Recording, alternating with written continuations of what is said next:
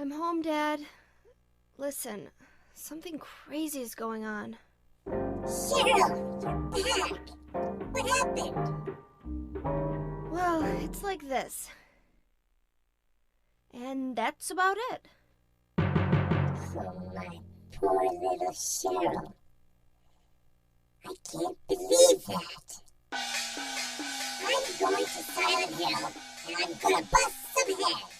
Oh, Dad, you're the coolest!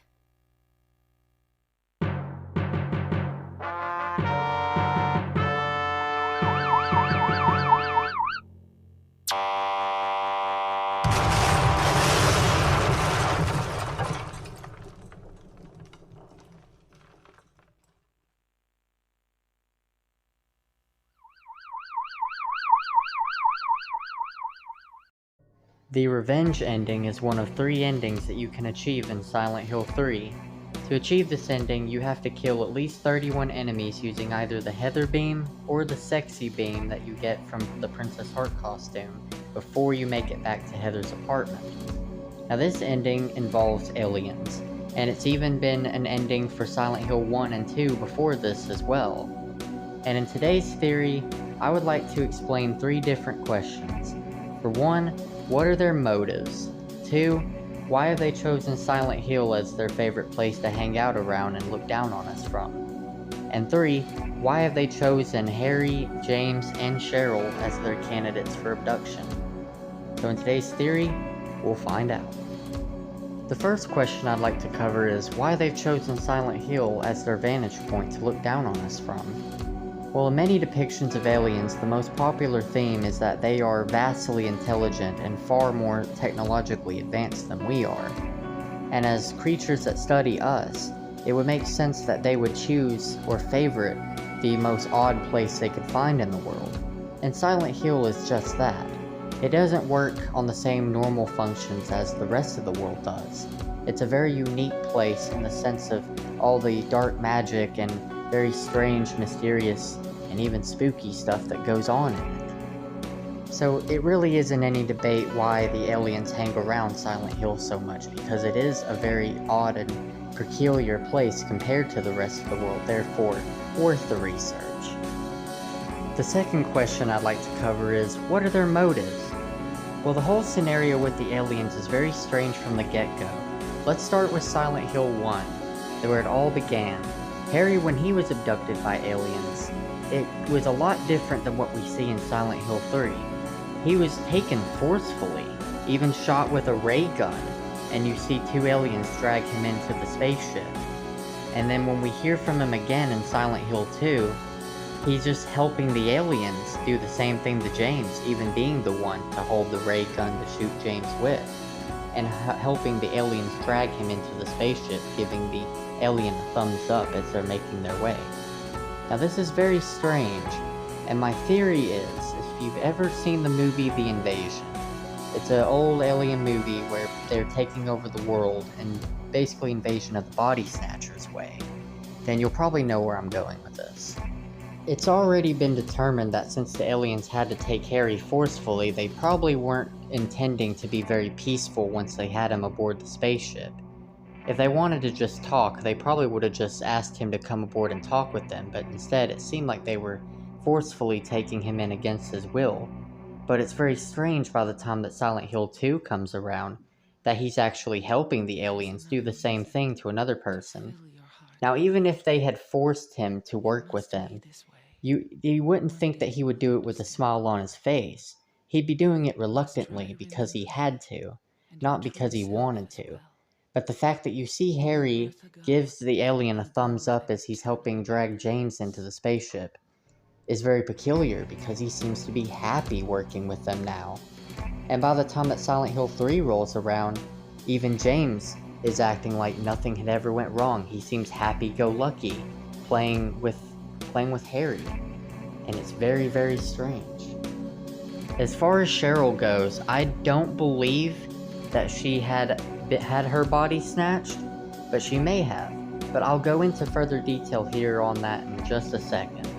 But for now, I just want to state that I do not think that the Harry and James that we played in Silent Hill 2 are the same Harry and James that we see in the revenge ending of Silent Hill 3.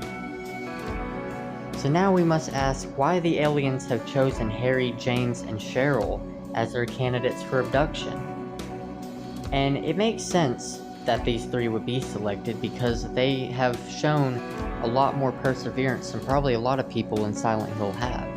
And Harry, in his own right, had faced countless foes, countless monsters, and persevered through it all, and in the end even wound up killing a literal god. And it makes sense that they would select him because he is an exceptional human compared to the rest, being able to survive such torment and trials. Now when it comes to James Sunderland, I will say it's probably more based on his situation more than it is his perseverance through the things that he went through, although I do believe that his perseverance through the things just furthered the motivation to abduct James in the first place. But James's story in Silent Hill has always been super strange to me. It almost feels like he never belonged there, like he had absolutely zero reason to be there. His whole motivation was because he got a letter from his dead wife that he had believed to be dead for so long. And now, most people in the world, if they got something like that, would probably just think it was a prank or that somebody had made some wrong info or something, would probably just brush it off. Because if you've seen the obituaries, you've seen the person in their casket, then you would probably be pretty dead set that this person was actually dead. And to receive a letter from a dead person, you'd probably think somebody was just out trying to hurt you, or just to prank you, some type of sick joke. But yet he made the trip to Silent Hill anyway. And even when he could have had multiple chances to turn back and just say, this isn't worth it. This is all just a huge prank and it's not worth fighting for my life over seeing if it's real or not. He stayed and he fought countless monsters and seen so many horrible things in Silent Hill, and yet he continued to fight through it all up until the very end, which is just, the whole situation is very unnormal-like for a human to do.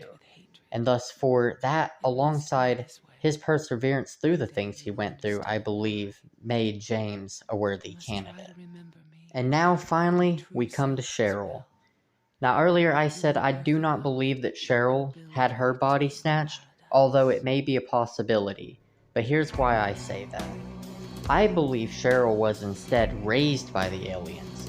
She might have come along the spaceship along with Harry back in the day, or they might have actually went and grabbed her later.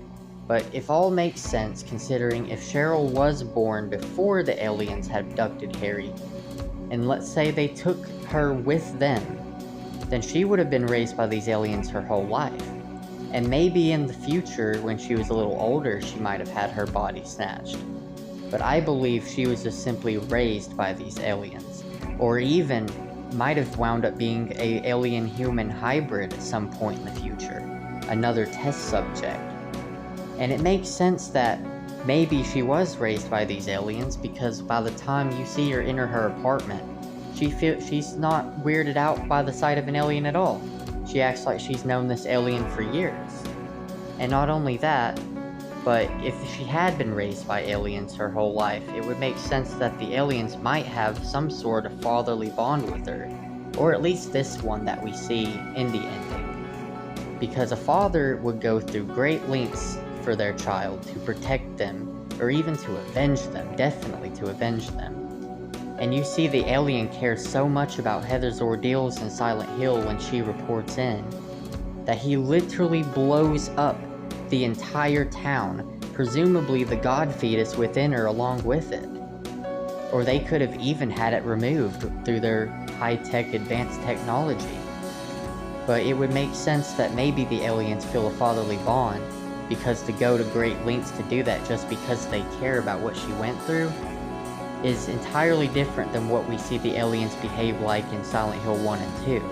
But maybe Cheryl just had that time to develop that bond, while Harry and James are just gone, and their skin is being used as a shell for a couple of these other aliens. The Silent Hill UFO ending does continue in later games as well, but I'm not going to get into those right now. But if you would like to see me cover the normal ending, or heck, even some other Silent Hill games endings, then let me know down in the comments below. And also, comment below what you think of this theory.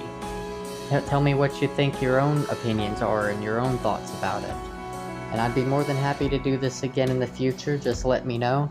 I'm sorry it took so long, but the editing process on this has been a real pain in my butt, so sorry for the wait, but hopefully this theory was worth it for you guys.